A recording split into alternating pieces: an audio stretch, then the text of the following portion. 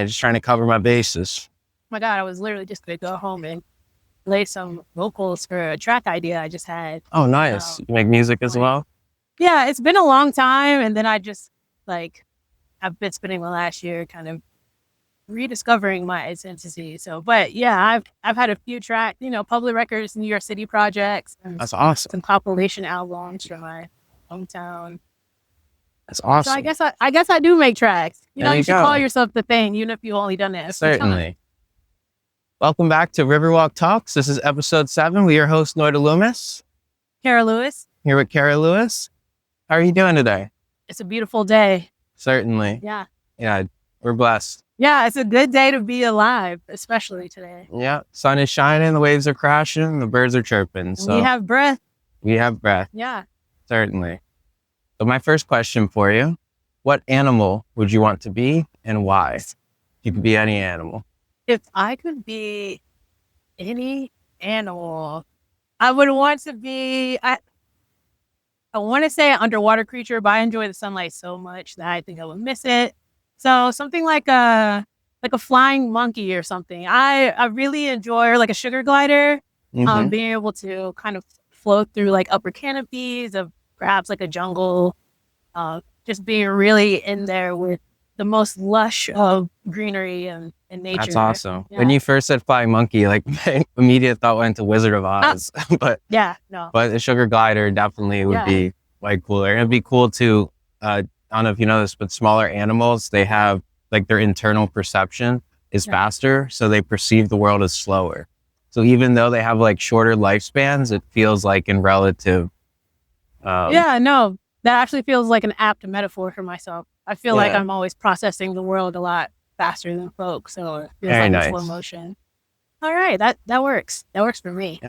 And the first point you mentioned about underwater animals, it's interesting because some are like, why do they like come to the surface when you see like whales or dolphins? Or maybe it's just because they like sunlight. It's a unique source of energy that you can't get down there. Why wouldn't you want these protons if they're able to, Yeah. So my second question for you today, just a little background on how the show works. We do for 3 episodes, we'll do the same 3 questions, and the 4th question is always the same. But today we have new questions. Oh. So I'm actually going to cheat a little bit because I forgot what the second question was. I literally just wrote these down about 10 minutes before leaving the house. Excellent.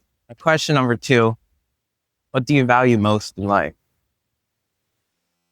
What I value most in life is living my unadulterated truth. This last year has been a really important lesson of really being grounded in my truth, even if that means kind of severing all of the anchor points that were past identity of me. But I realized that those past identities of me were me not living in my absolute truth. So every day I try to check in with myself and make sure, is this true to who I really am? Is this my voice that is in my internal world? And no one else's voice. And that's really difficult to do, right? The world is structured around pretty much wearing masks, kind of trying to fit in on the conveyor belt of what is socially acceptable or the way to live, the classic thing, classic jobs, classic familial structures. And I've never been any of those things. And while it's kind of lonely walking on that path, it's the only way I know how to exist because I feel at peace inside myself. So, authenticity is a beautiful thing. Yeah. And I feel like being normal is kind of just a construct. It's kind of like the opposite of being authentic is being normal. Yeah. And too many people are afraid to be their authentic self or to, we had a guest on our last episode and we were talking about the stories that we tell ourselves. And it's like, if you tell yourself the same story and you keep telling yourself the same story, it's never going to change. But we have the power to write our own future. And by being our authentic, true self, we tap back into that core resonance that we all are as children. But as growing up, we kind of lose that slowly. And it's terrifying to go find it again. It's a lot of work. So I can see why most people don't do that. Because I'd rather, why not just be unconscious and kind of pushed Certainly. And you told me when you stopped, what your shirt said. What does it say? Oh yeah, it says tell your stories here. Tell your stories here. So it's just a total fate that you were actually about to leave. Synchronicities, And yeah. then I just got here, and I'm happy to have my first guest so fast. Sometimes I wait out here for half an hour and nothing happens. It was meant to be. It was meant to be.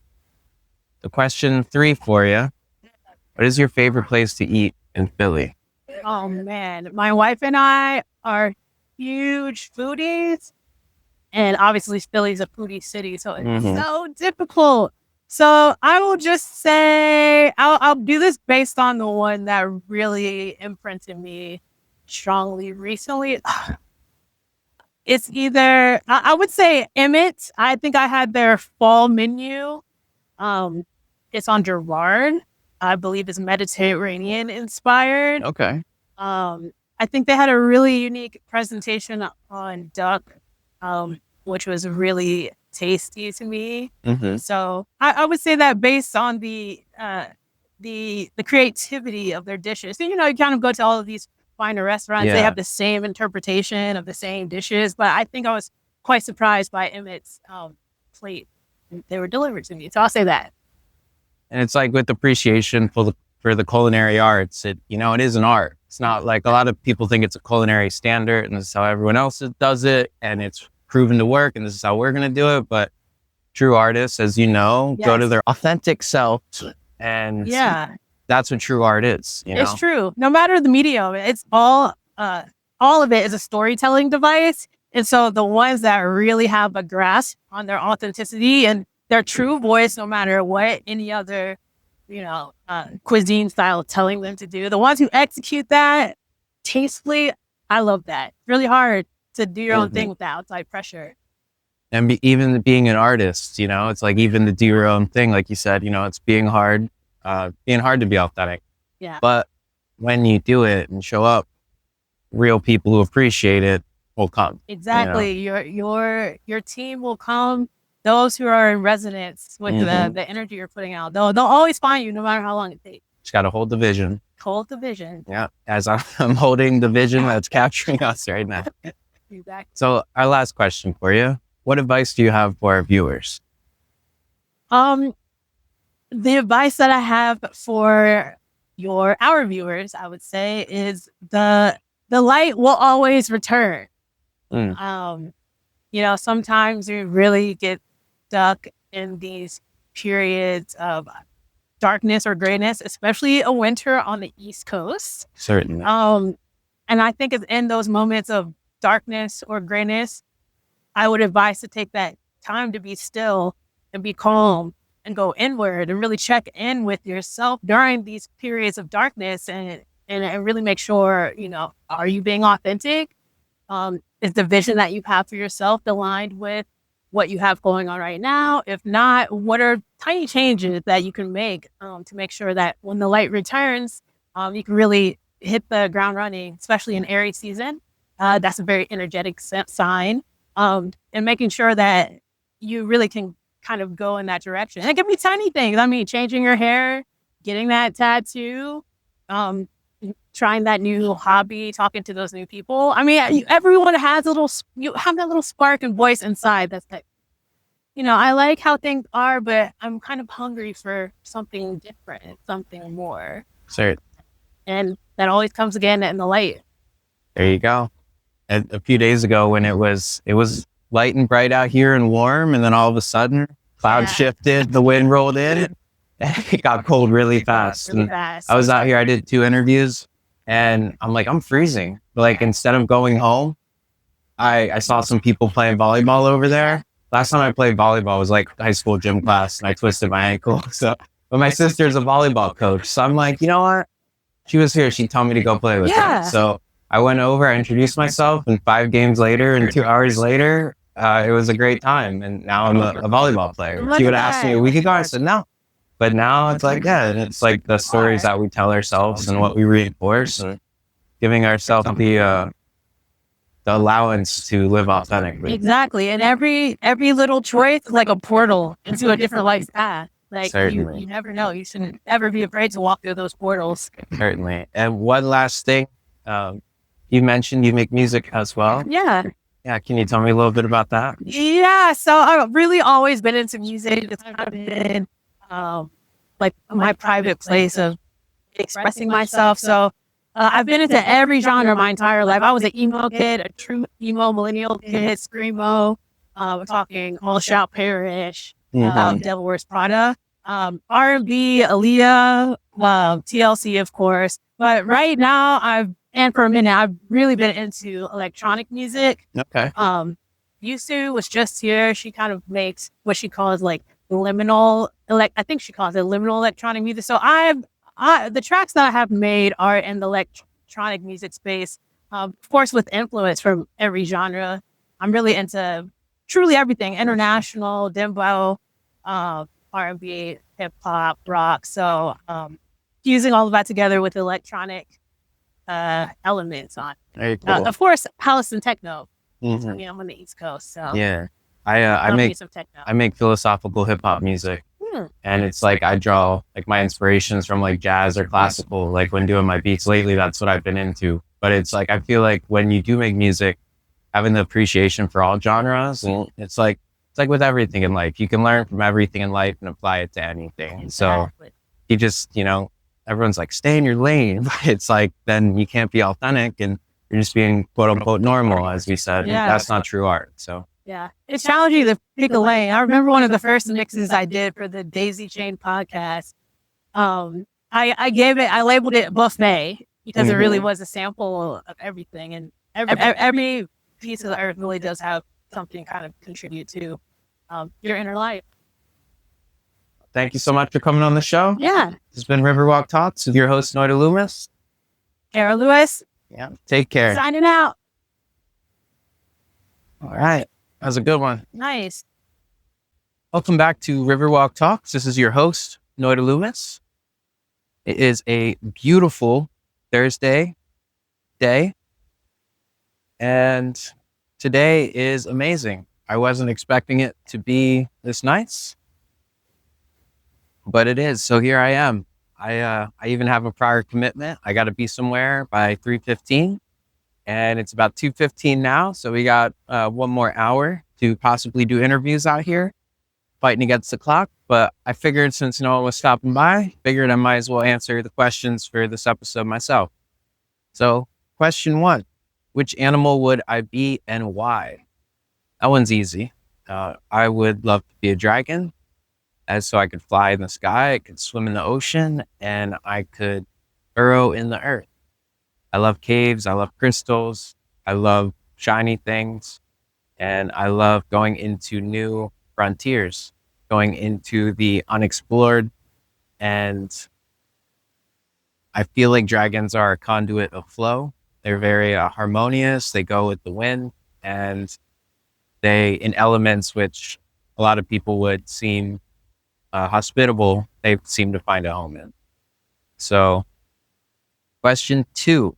What do I value most in life? What I value most in life is the experience.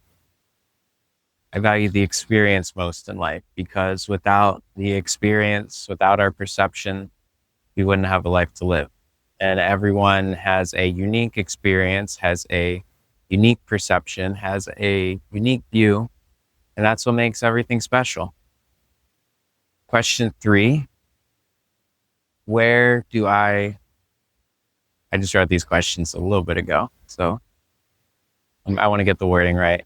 Where do I love to eat most in Philly? I would definitely say it is either Soraya or Kalea. I haven't had the pleasure of dining at Kalea yet, but it's definitely on my radar. And I was just able to eat at Soraya about a week ago with some family who came in from out of town, and it was spectacular. Amazing experience. And question 4, what advice would I give to our viewers? The advice I would give is to go out there and start trying.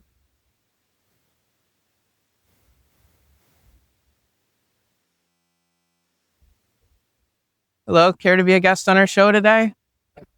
Riverwalk Talks Philly, 4 questions in 4 minutes. I appreciate it. I'm going to record you at the same time. I got my medicine. Oh, nice. We could just sign the guest list. Yeah. And guest number 2 for today.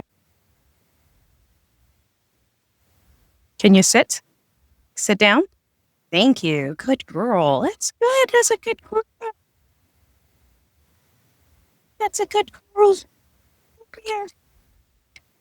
Welcome back to Riverwalk Talks. This is episode 7. I'm your host, Noitalumis. I'm here with India and Koalo. Hey, guys. How are you both today? She heard her name. I'm good. She's good. She's happy to be outside. Very cool. Yeah. Nice. So question 1 for you. Okay. Question 1. If you could be any animal, what would you be and why? I feel like normally I would say dog. I love dogs, but as you said it, what came to mind was an eagle. Okay. And that is because I like the feeling of like being free. I'm a cyclist. And so when I ride, feeling the wind and just like gliding, that's how I feel. I love feeling free, and it reminds me of an eagle. Very cool. Yeah. And it's like with flight, it's like as we get the strong gusts of wind here. Right, exactly. As it comes. It's like Yeah. you can't, if you want to go that way, Oh you- my goodness. you can't fight it. Nope. Sometimes you gotta, Just roll go with with it. the wind, That's and it. eventually you'll catch a gust going that Absolutely. way. So For sure. definitely with cycling, there's definitely Yep. the parallels between Oh, flight 100%. and not fighting it. Yep, for sure. Question 2 for you. All right. What do you value most in life? Ooh. I'd say human connection. I moved out to Philly, and I feel like when I moved out to Philly, I really valued it a lot more. I've always considered myself to be very independent, and I moved out to Philly by myself. Was born and raised in Brooklyn. I lived in northern New Jersey for a good amount of time. Okay. My family is mostly in Pittsburgh, and my partner's in Connecticut. And I thought that I'd be fine with being independent. I bought my own house. I'm good. I had a good career. And then I realized I was very lonely. And so that's when I realized, yeah, you can be independent, but I still want my loved ones next to me, and the relationships and having that human connection, interaction. It's so important. Certainly. Yeah. So, I moved back to Philly about a year ago, okay. and someone just did a backflip. He just, Oh, nice. Like Hopefully you caught it. Yeah. I don't know if I it's didn't, wide but- enough. All right. That's all right. no worries. That's all right. It just, some of the stuff that I see while recording Right. this show, it's like the people wouldn't believe me. Right. what goes on Exactly. here. Right. Yeah, for sure. But that's the beauty of Philly. It's like everyone just, Yeah. being authentic and not being afraid to do stuff. Yeah. And everyone being themselves. For sure. And what I was saying before was I moved back to Philly about a year ago, Okay. and it was for starting my business. I was looking at states to start a business. I was looking at like Wyoming. And Yeah. like states are like beautiful, like nature Right. and like good, like Yeah. good rules and regulations Yeah. for it. But Pennsylvania ended up being in the top 10. And Okay. I have family here. Nice. I was like, you know what? Why not? It was the city I was born in. Yeah. So I might as well give it a chance. And Awesome. like you said, even this is the 7th episode of the show, and like the past 2 or 3 days, I've just been recognizing people on the street, like Yeah, from being yeah, on yeah. the show or For just sure. from walking by. I'm Yeah. like, oh yeah, I remember you. And Nice. yeah, so the human connection is great. Yeah, for And- sure. It's important. Even the animal connection Oh, as yeah. well. Everyone with their dogs out, Yeah. the wildlife here, the birds chirping, the Yeah, squirrels. It's yeah. amazing. Yeah. And we have fishermen as well. I Fisher know. ladies Yep.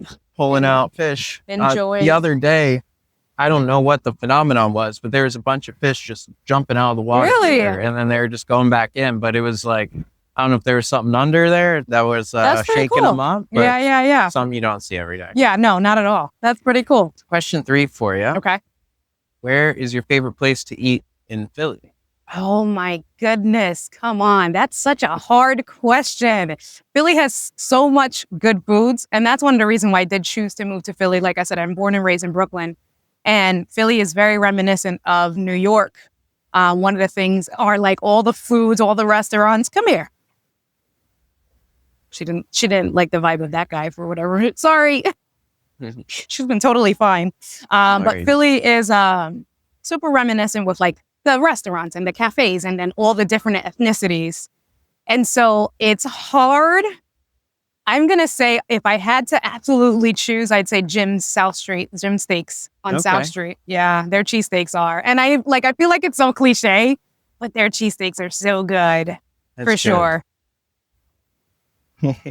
All right. Don't kick me.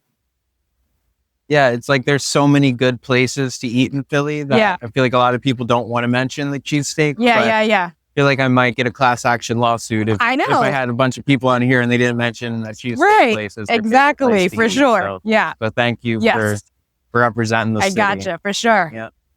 So my last question for you. Okay. What advice do you have for our viewers? Ooh.